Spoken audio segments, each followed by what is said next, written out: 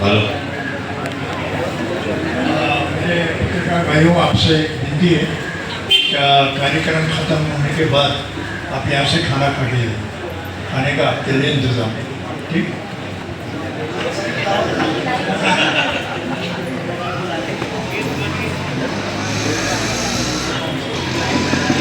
अस्सलाम वालेकुम। वालेकुम अस्सलाम। भाइयों बहनों पत्रकारों, बैठ के करो। मैं सबसे पहले जमातुल मुस्लिमीन की तरफ से हमारे नजीबुल्लाह का और हाजी दादा फवार का शुक्रिया अदा करता हूँ। आज ये बात इलेक्शन से पहले की थी MLA की। उस टाइम नजीब भाई ने दादा से बहुत रिक्वेस्ट करी, उम्र के बारे में बात करी, उम्र के हालात बताए, और ये फर्स्ट टाइम यानी 70-80 साल के बाद नजीब भाई एक कब्रिस्तान में किसी नेता का पैसा लगेगा, वो आपका लगेगा थाना महानगर पालिका के थ्रू। तो ये एक बड़ी खुशी की बात है। यानी आप समझेंगे 1985 में हम लोगों ने बाउंड्री बनाई, 85 में जनता ने बाउंड्री बनाई थी, और ये बाउंड्री जो थी वो हम लोगों के पैसे की बनी थी। मैंने आप सोचिए कितने साल हो गए। उसके बाद आज इतनी खस्ता हालत थी, तो हमारे नजीब भाई को पहले बताया था, उनसे डिस्कस किया था, उन्होंने सब कुछ किया, और उनका ये वादा है कि मैं हमें बना के दूँ। मगर अल्लाह का करम ऐसा हुआ तो कि अल्लाह वाले बहुत घूमते हैं, और अल्लाह की जो चाहत है और बुजुर्गान दीन जिनकी चाहत है वो पीछे हटते नहीं।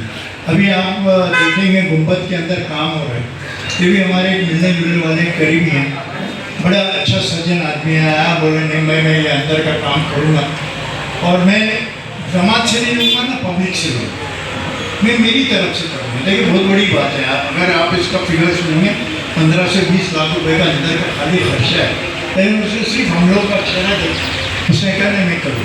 फिर हम लोगों का ये था, भाई नजीब भाई को बताया बाहर टाइल्स लगाने का था, तो वहाँ पर भी नजीब भाई कल मिला आन के उसने कहा कि नहीं मैं पूरा आपको टाइल्स लगा दूँ। वो माशाल्लाह टाइल्स लग जाएंगे। नजीब भाई बोले मेरे लिए कुछ बताओ, तो मैंने कहा यहाँ औरतें बढ़ती हैं, औरतों के लिए शेड बना दो, क्योंकि धूप है अभी, ये तो ठीक है बारिश पानी है, लेकिन गर्मियों के अंदर औरतों के बहुत बुरा हाल हो।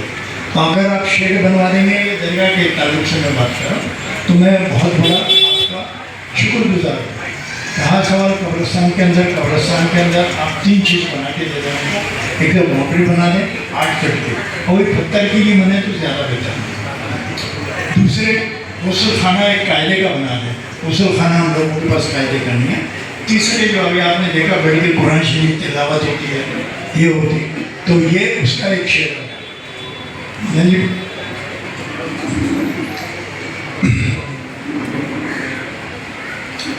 दूसरे मैं आपको बताता हूँ नजीब भाई, फर्स्ट मुझे फ़ख्र है, 2 चीज़ हम लोग करते हैं। एक तो हर जमेरात को लंगर फ्री, एक बेतादाद फ्री, जो आए जितने भी खा के जाए कोई उसमें नहीं। दूसरे नजीब भाई महीने में 1 दफ़ा यहाँ पर कुरान शरीफ पढ़ा जाता है, और महरूमों को जितने यहाँ दफन हैं उनको बख्शा जाता है, क्योंकि यहाँ की औलादों का कोई हिसाब ही नहीं है। कभी अपने माँ बाप की कब्र में भी आए, पढ़े ही नहीं पढ़े, क्योंकि कोई ड्रग्स नहीं, कोई नशे में, कोई कुछ है। तो नशे का तो आलम ये है कि अल्लाह रहम करे। बड़े बड़ों के नाम आ रहे हैं, क्या मैं बोलने से कुछ फ़ायदा नहीं। लेकिन कहने का मतलब है कि ये हमारा फ़र्ज़ है कि हमको हमारा इलाका सुधारना। तो आज ये 3 साल हो गए, 3 साल से एक टाइम भी नागा नहीं हुआ है कुरान शरीफ महीने में 1 बार पढ़ने का। और अपने जितने दफन लोग जो बोलते हैं ना हमको अमृतनगर में दफनाना है, अमृतनगर में दफनाना, उसकी वजह ही है क्योंकि हम लोगों ने काम किया, मेहनत है। साल में 1 दफ़ा हम लोग घास काटते हैं, अक्टूबर में हम लोग घास काटते हैं, तो घड़ी घड़ी काटेंगे, घड़ी घड़ी बारिश करेगा, घड़ी घड़ी घास उगेगा। तो हम लोगों ने फिक्स किया हुआ कि अक्टूबर की 15 तारीख से घास काटना चालू होता है, क्योंकि उसमें खर्चा ज़्यादा है, 1.5 लाख रुपये का हर साल का उसके अंदर। तो अल्लाह का करम है, वो भी करते हुए चला। मैं उन भाइयों को, नौजवानों को कहना चाहता हूँ कि नहीं मैं इस्तीफ़ा दे दें, नहीं मैं इस्तीफ़ा दे दें। आज मन रिकॉर्ड होना चाहता हूँ।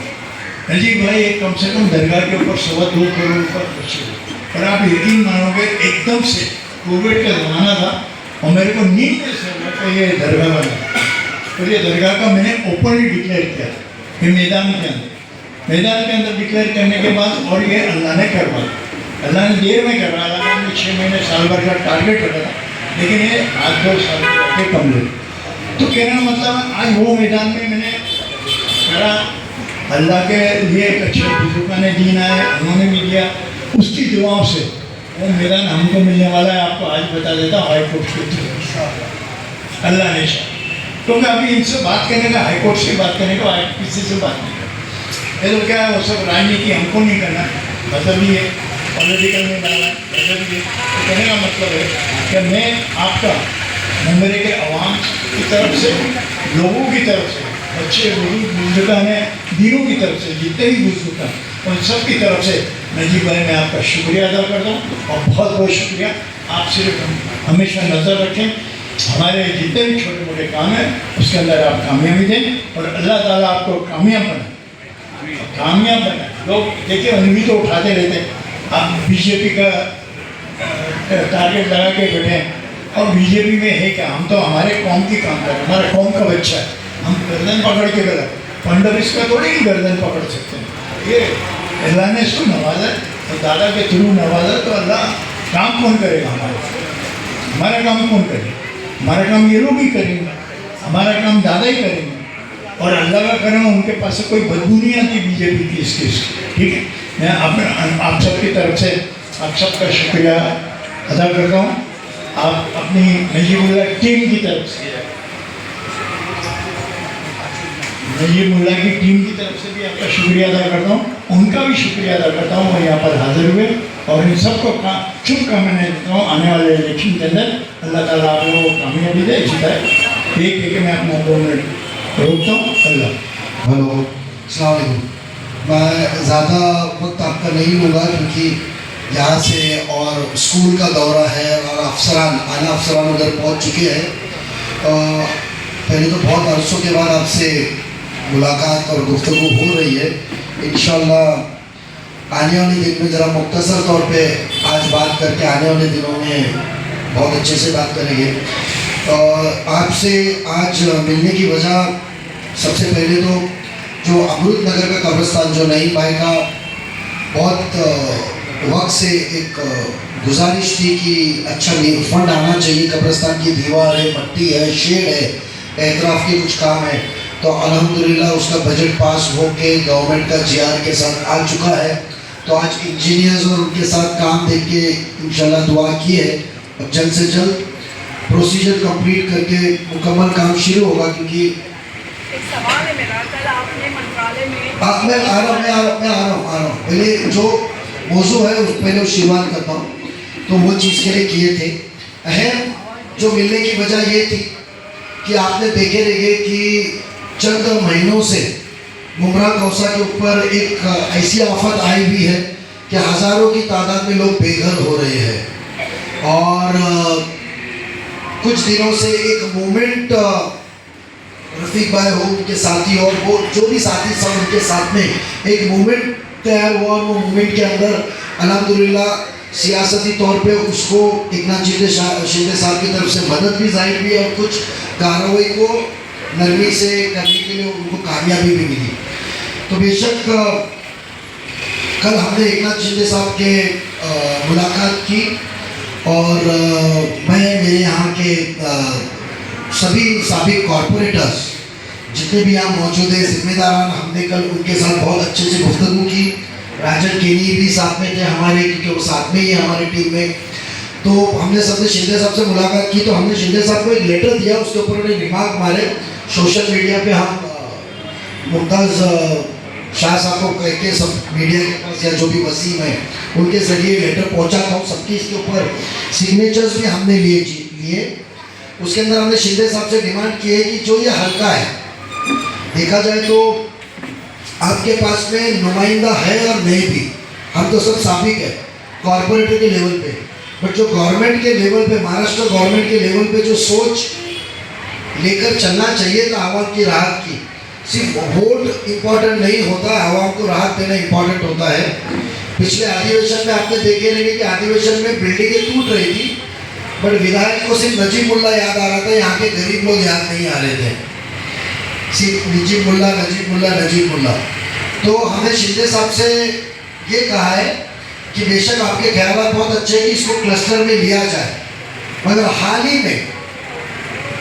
में आने वाले 30 साल में थाना म्युनिसिपल कॉरपोरेशन का रुख क्या होगा उसका डेवलपमेंट प्लान तैयार किया गया। पिछले अक्टूबर को पब्लिश हुआ, उसके बाद में अभी करेक्शंस के साथ पब्लिश हुआ। बट अफसोस की बात यह है कि जो ये हल्के वो एवी के कंपाउंड का एरिया हो, वो भोलेनाथ नगर का सिमरी नगर वो पट्टा हो, उसके बाद में या तो वो आचार गली और वो साइड का पट्टा हो, बिल्डिंगें बन चुकी है, 1 स्क्वायर फुट जगह नहीं है, मगर उसको ग्रीन जोन में रखा गया है। क्योंकि यहाँ के सियासती नुमाइंदा और जो जिम्मेदार थे, जो आरजी का प्लॉट स्कूल के सामने जो आरजी का प्लॉट था नाइस वर्ल्ड के इधर, जिसको आपको याद रहेगा शत्रुघ्न सिन्हा ने आके दरवाजे को लात मार के कहा था कि ये लो, ये ग्राउंड आपका, उसको उन्होंने आरजोन करा दिया, उन्होंने। वो भूल गए कि भाई ये मैदान मैंने दिया था। और इतने नसीहत रोज मीडिया के जरिए हमको मिलती है कि एकनाथ शिंदे साहब ने क्या करना चाहिए, दूसरे ने क्या करना चाहिए, वो ऑब्जेक्शन लेने को भी भूल गए मीडिया में आने के बाद कि मुमरा का मैदान छीना गया। हमने वो लेटर दिया, उससे अहम आवाम को राहत के लिए शिंदे साहब को कहा कि जो ग्रीन जोन या हल्के में बताया जहाँ बिल्डिंगें बन चुकी है, आज वो आर जोन रहता तो हम कोर्ट को कह सकते हैं कि भाई हम क्लस्टर योजना लेकर आएंगे जो इलीगल बिल्डिंगों के लिए लाई गई है सरकार की तरफ से, और वो ग्रीन जोन का आर रहता तो हमको राहत मिलती कि आज हजारों घर रास्ते पे नहीं आते। तो हमने शिंदे साहब की नजर में लाया और शिंदे साहब ने रिमांड मांग के इमीडिएटली रिपोर्ट सादर करने को कहा। हमने शिंदे साहब को कहा है कि जब उल्लासनगर में यह मामला हुआ था, ऐसे महाराष्ट्र के अंदर बहुत ही गैर कानूनी बिल्डिंगों के जब मसले आए थे, गवर्नमेंट ने फैसला लेकर कोर्ट को कहा था कि हम ये चीज में बदल ला रहे हैं जिससे ये कानूनी घर हो जाएंगे, लीगल घर हो जाएंगे। तो हमने शिंदे साहब को कहा है कि आप महापालिका की रिपोर्ट सबमिट कर दिए आपके पास, तो आप हमने तो शिंदे साहब ने हमको वादा किया है कि ग्रीन जोन को मैं आर करूंगा और इसको क्लस्टर के तहत लूंगा। और वो सिलसिले के अंदर हमने उनसे विनती की है कि सर, जैसा सरकार ने हमेशा कोर्ट को अपनी राय बताई है, मदद का हाथ जो आवाम को दिया है हमेशा महाराष्ट्र में, आज तक मुमरा कौसा शीट पट्टे में इतनी बड़ी तोड़ कार्रवाई के ऊपर सरकार का रुख आया नहीं था। और उन्होंने वादा किया है कि मैं ये ग्रीन को आर भी करूंगा और इंशाल्लाह जल्द से जल्द हम हाई कोर्ट में कहेंगे कि भाई इसको क्लस्टर के तहत हम ले रहे, क्योंकि सिर्फ एक क्लस्टर के बयान से कोर्ट नहीं मानेगी, क्योंकि डेवलपमेंट प्लान के ऊपर वो ग्रीन है, मगर सरकार उसके साथ में कहेगी कि हम इसको आर जोन कर रहे हैं, तो कोई कानून के अंदर ताकत नहीं, क्योंकि कानून कोर्ट से ही मंजूर होकर आया है क्लस्टर का, सम्मान्य हाई कोर्ट से, जिससे वो लीगल तरीके से डेवलपमेंट हो सकता है। सेकेंड, हमने तो 2 मुद्दे हो गए, एक तो हमने ग्रीन तो आर कीजिए और वो कोर्ट के अंदर एफिडेविट देंगे, ये जो नुकसान हो रहा है, गरीब रास्ते पे आ रहे हैं, खाने वाला पैसे खा के गया, किसी ने डिफेंडर लिया तो किसी ने मोटरसाइकिल लिया, तो जो जिसने खाया आवाम रास्ते पे आई। और सेकेंड, जो आरजी प्लॉट था जिसको हमने कहा था कि जो आवाम को मैदान मिलना चाहिए था, उसको आर जोन किया गया, उसके खिलाफ हमने मुखालिफत की। तीसरा, हमने सभी लोगों ने मिलकर यहाँ क्रिकेट के बच्चों को, जब मेरा टूर्नामेंट था तो उन्होंने कहा था कि हमको मैदान चाहिए, और विधानसभा के इलेक्शन में खान साहब हमने सबने कहा था कि हम मैदान देंगे, उसके लिए हमने 1.5 करोड़ रुपया अजीत दादा साहब शिंदे साहब से हमने लेकर के आए थे, जीआर में भी लिखेला मित्तल का, मगर सिर्फ क्रेडिट के चक्कर में कि ये 15 साल में मैं मैदान नहीं दे पाया और ये टीम ये राष्ट्रवादी की नई टीम 2 महीने में मैदान ला रही है और बना के दे रही है। वो जलन और असर के तौर में वो मैदान मुंबई क्रिकेट एसोसिएशन को दिया गया। बताइए, मुंबई क्रिकेट एसोसिएशन को 3, 3.5, 5 एकड़ का मैदान जो ऐसे शेप में है वो लेकर करेगा क्या? इतनी फिक्र बुमराह की है तो पूरा स्टेडियम ले लो, वानखेड़े जैसा बनाओ, 2 सहूलत बुमराह वाले को। वो छोटा सा मैदान जो हमारी नियत थी फजर से लेकर मगरिब तक, वो ताला खुले, जो बैट उठाए, फुटबॉल उठाए, जिधर सीनियर सिटीजन चल के जाए, वो मुंबई क्रिकेट एसोसिएशन को देने का प्रस्ताव उन्होंने अपने आमदार के दम पे हाथ पैर जोड़ के, यहाँ तो इलेक्शन में गुस्ताखे रसूल थे एकनाथ शिंदे साहब, मगर वहां जाके हाथ पैर, बहुत से वीडियो आपने देखे रहेंगे, हाथ पैर जोड़ के उन्होंने मंजूर कराया है। हम सभी बुमराह वासियों के लिए, नौजवान को क्रिकेट खेलना है, खेल कूद के लिए हमने वो मुंबई क्रिकेट एसोसिएशन का प्रस्ताव रद्द करके वो मैदान बुमराह की, कौसा की आवाम को दिया जाए, ये हमने डिमांड किया है। हम आपके जरिए नौजवानों से दरखास्त करेंगे कि हमारे कंधे मजबूत करो, ठीक है, नशे और ये गलत कामों से दूर होना है, खेल कूद के लिए बाहर निकलना पड़ेगा, आपको मसरूफ रखना पड़ेगा खाली वक्त में, हमारे हाथ मजबूत करो, बेशक हम ये मैदान जाने नहीं देंगे। तीसरा, हमने जो हज हाउस का मुद्दा था, आज वो एक प्रोजेक्ट चल रहा है रिवियरा का, उसके अंदर एक टीएमटी का रिजर्वेशन था, तकरीबन 3 से 4 एकड़ जगह हमको मिल रही थी। वो इन्होंने महापालिका से प्रस्ताव पारित करके, जिसकी गलती की माफी मांगे थे, हज हाउस को दिया था, तो वो हमने रद्द करने को कहा कि हज हाउस बनने से बुमराह की आवाम को ना हज के कोटे मिलेंगे, या बुमराह कौसा में रहते, शील में रहते, आपका कोटा अलग है, ना नौजवानों को नौकरी मिलेगी। वो काम केंद्र शासन का है, सेंट्रल गवर्नमेंट का है, गवर्नमेंट अपना प्लॉट देवे, जो 4 एकड़ का प्लॉट मार्केट बन सकता है, फेरी वाला क्षेत्र बन सकता है, कुछ और एलिमिटीज वहां बन सकती है, तो हमने हज हाउस को रद्द करने का किया है। चौथा, मित्तल के रिजर्वेशन खाने का जो सिलसिला चल रहा है, 5वां, वो है कत्तल खाने का। महाराष्ट्र का कानून कहता है कि जिधर भी एबोटार है, एबोटार बोलते उसको, स्लॉटर हाउस नहीं कहते अभी उसको, एबोटार है, कत्तल खाना है, वो 100% जितना रिजर्वेशन है सरकार को टीडीआर के तौर में लेना।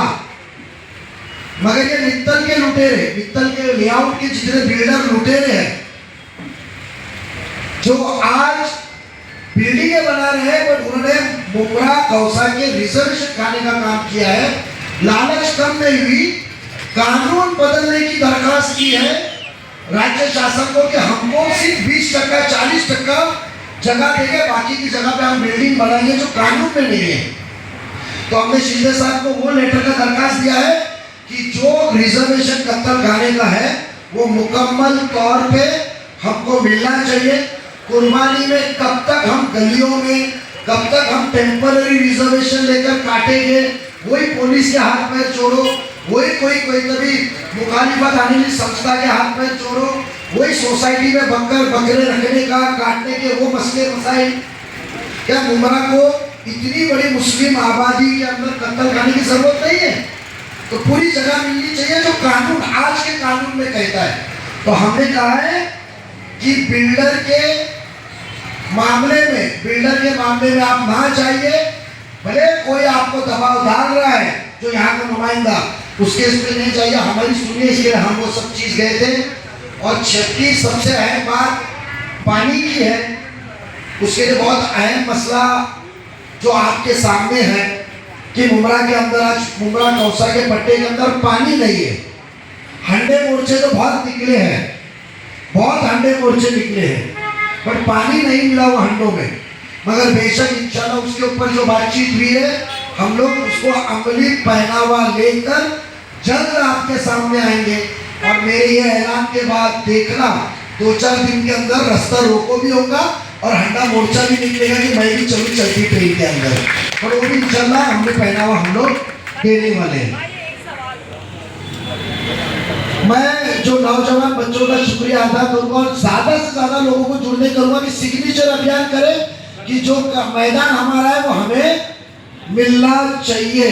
भाई मेरा एक सवाल है आज जो कब्रिस्तान के लिए जो कितना करोड़ निधि पास हुई है और किस तरीके से हुई? देखो हमने पहले ही कहा था कि कब्रिस्तान के अंदर तकरीबन 7.5 करोड़ रुपया हमने 3 कब्रिस्तान को, उसके अंदर छोटा सा एक गोरी लोगों की कब्रिस्तान का एक छोटा सा काम है वो सब मिला के हमने लाया है।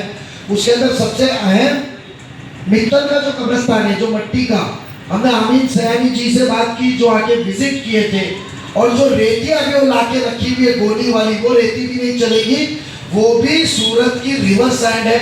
हमको उसकी मट्टी की तलाश है जो कॉर्पोरेशन ने मंजूर की, जो बीच सैंड होती है। आप मुंबई चौपाटी जाते हैं, वो शख्स हमको गाइड कर रहे हैं जिसने नारियलवाड़ी कब्रिस्तान, मुंबई शहर का सबसे बड़ा कब्रिस्तान और सबसे अहम कब्रिस्तान मरीन लाइन्स का, उसकी तामीर की, जिन्होंने वर्ली नाके के कब्रिस्तान की तामीर की। हम अपनी मनमानी नहीं करेंगे, जिधर हमारी मालूमात है वो हम मालूमात दे दें, जिधर जो आदमी है उसके दरवाजे जाके हम आए, उन्होंने मदद की है। उसके साथ साथ यहाँ कंपाउंड वॉल, शेड, मट्टी का काम है। कुछ वसीम मियाँ ने हमको बताया कि लाइट्स के कुछ रीअरेंजमेंट है, लाइट्स का काम है, ये सब काम करेंगे। पहले टप्पे के अंदर 7.5 करोड़ रुपया आया है।